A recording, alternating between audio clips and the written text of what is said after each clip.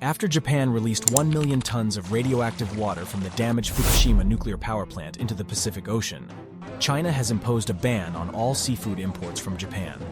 But didn't China do the same with their own nuclear wastewater? Many accuse Beijing for simply trying to exploit the situation to foster anti-Japanese sentiment. Is China really concerned about environment and health of its people, or is it simply a political move?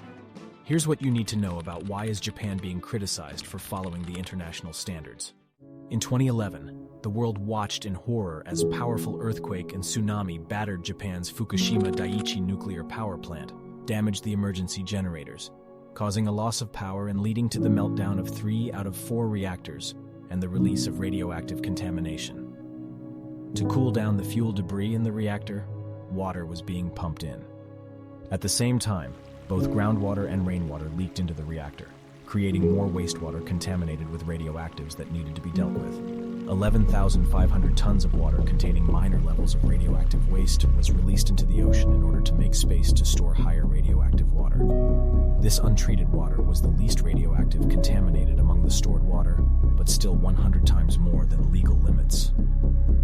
On October 12, 2012, Tokyo Electric Power Company, TEPCO for short, who controls the power plant, publicly acknowledged for the first time that it had neglected to implement essential measures due to concerns about potential legal action or public protests against its nuclear facilities. Japan's prime minister during the incident, Naoto Kan, admitted flaws in authorities' way of handling the situation. He said that the nuclear power plants shouldn't have been built near the ocean.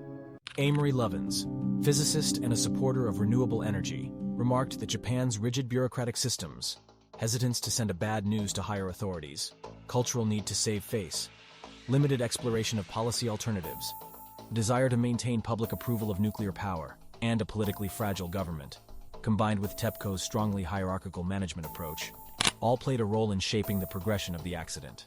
Furthermore, both TEPCO and the government have long maintained strict control over the information accessible to the Japanese population regarding nuclear energy and its possible alternatives. Initially, by June 2011, the primary concern was the discharge of cesium from the nuclear reactors into the Pacific Ocean. However, over the course of time, groundwater emerged as the main origin of these leaks. While soil has a natural capacity to absorb cesium within groundwater, strontium and tritium tend to move more easily through the soil and into the ocean. Despite repeated denial of leaks, TEPCO eventually acknowledged on July 22, 2013, that leaks into the groundwater had indeed been occurring, a suspicion that had lingered for a considerable period. Following this revelation, TEPCO has faced accusations of dishonesty in its reported figures and has lost the public trust. An effort was made to create a frozen soil barrier with the goal of halting the ongoing contamination of groundwater by melted nuclear fuel. However, in July 2016, TEPCO disclosed that the ice wall had not succeeded in preventing the flow of groundwater, which was mixing with highly radioactive water within the damaged reactor structures. TEPCO has built more than 1,000 giant tanks to store the contaminated water, but since more wastewater kept coming, they start to run out of space. In 2021, Japan made public its plans to release an amount of radioactive water from Fukushima, equivalent to over 500 Olympic swimming pools, into the ocean over a course of 30 years.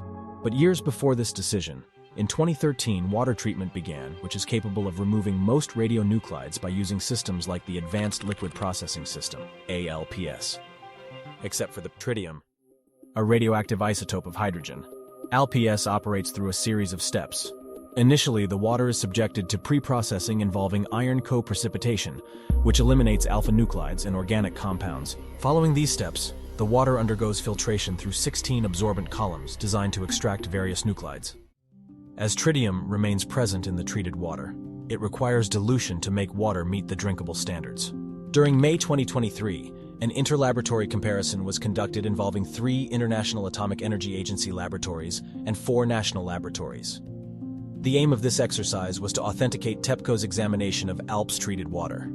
Based on its comprehensive assessment, the IAEA has concluded that the approach to the discharge of ALPS treated water into the sea and the associated activities by TEPCO, NRA, and the government of Japan are consistent with relevant international safety standards.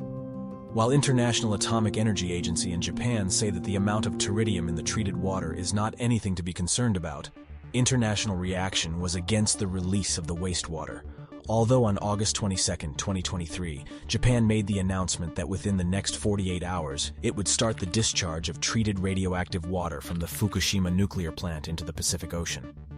This decision was made despite objections from neighboring countries. In August 2023, as a response to the planned release of treated wastewater, protests started in various locations including South Korea, Hong Kong, and Tokyo. In Seoul, protesters made an attempt to storm into the Japanese embassy as a form of protest. China banned all the seafood imports from Japan right after the release of wastewater has started.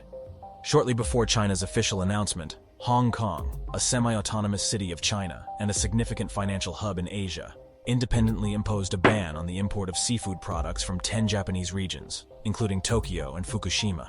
Japan asserts that the treated water is safe due to the implementation of the ALPS, with the exception of existence of tritium in the water. Consequently, Japan has undertaken the commitment to lower tritium levels below the regulatory standards by diluting the water.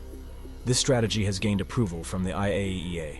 Nevertheless, critics argue that further comprehensive studies are required, advocating for the suspension of the release.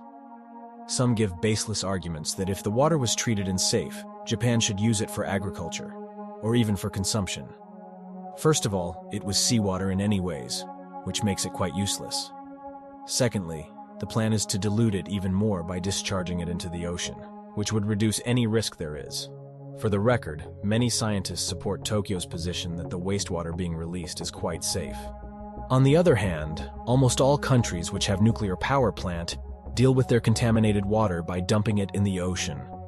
France's largest nuclear power plant, La Hague, for example, legally discharges 33 million liters of radioactive liquid into the sea each year.